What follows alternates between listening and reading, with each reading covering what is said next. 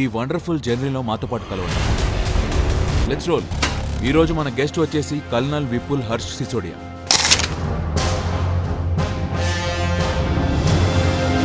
విపుల్ లాంటి ఆఫీసర్లు మన ఇండియన్ ఆర్మీలో చాలా అరుదుగా ఉంటారు.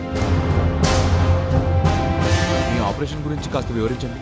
మీకు అది అసలు ఎలా వచ్చింది? ఈ గ్రూప్ ని ముఖ్యంగా ఏమని పిలుస్తారంటే పీపుల్స్ యునైటెడ్ లిబరేటెడ్ ఫ్రంట్. ఈ మిలిటెంట్ ముఖ్యంగా ఈ గ్రూప్ ఉంది, అది మణిపూర్ వ్యాలీలో ఎక్కువగా పనిచేస్తూ ఉండేది.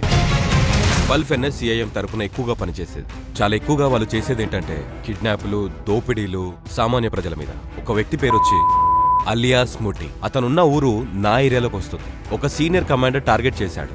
మాకు కూడా చెప్పొచ్చు కదా అతను ఎవరో. చాలా చిల్లర పనులు చేసేవారు. మాకు ఎగ్జాక్ట్ గా తను ఎక్కడున్నాడు అనేది తెలిసింది.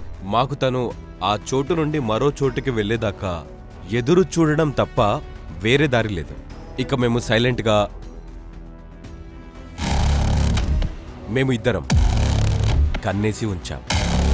ఒక రోజున మాకు తెలిసిన సమాచారాన్ని బట్టి తను ఒక చోటు నుండి నేను మీ కథల్లో ఒక సినిమా ట్రైలర్ని చూస్తున్నాను. మీ మొదట స్విమ్మింగ్ పూల్ అనుభవం గురించి మీరు నాకు తప్పకుండా చెప్పాల్సిందే. ఒకవైపు స్విమ్మింగ్ నేర్చుకోవాలి, అలాగే బోట్లో కూడా వెళ్ళాలి. మరి బోట్లో వెళ్లే క్రెడిట్ స్విమ్మింగ్ ఎందుకు నేర్చుకోవాలి? నేను అకాడమీకి వెళ్ళినప్పుడు నేను ఒక స్టోన్ సింకర్ ఇది ఒక కొత్త పదం అనుకో. మీరు రాయిని నీళ్లలో పడేస్తే అది కిందికి వెళ్తుంది కదా, అది అటు ఇటు వెళ్ళలేదుగా.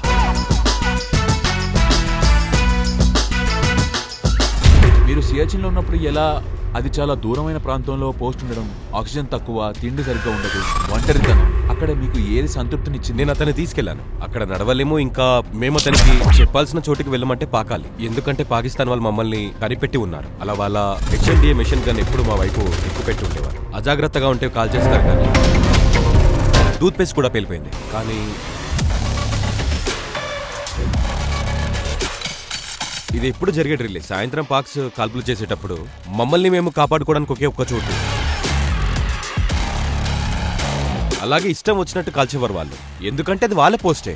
ఇండియన్ ఆర్మీ వాళ్ళు దాన్ని ఆక్రమించారు. ఆ పోస్ట్ తాలూకు ప్రతి ఇంటి వాళ్ళు వాళ్ళ బుర్రలో బాగా పాతుకుపోయింది. అలాగే మా ఆఫీసర్ కాళ్ళు పోగొట్టుకున్నాడు.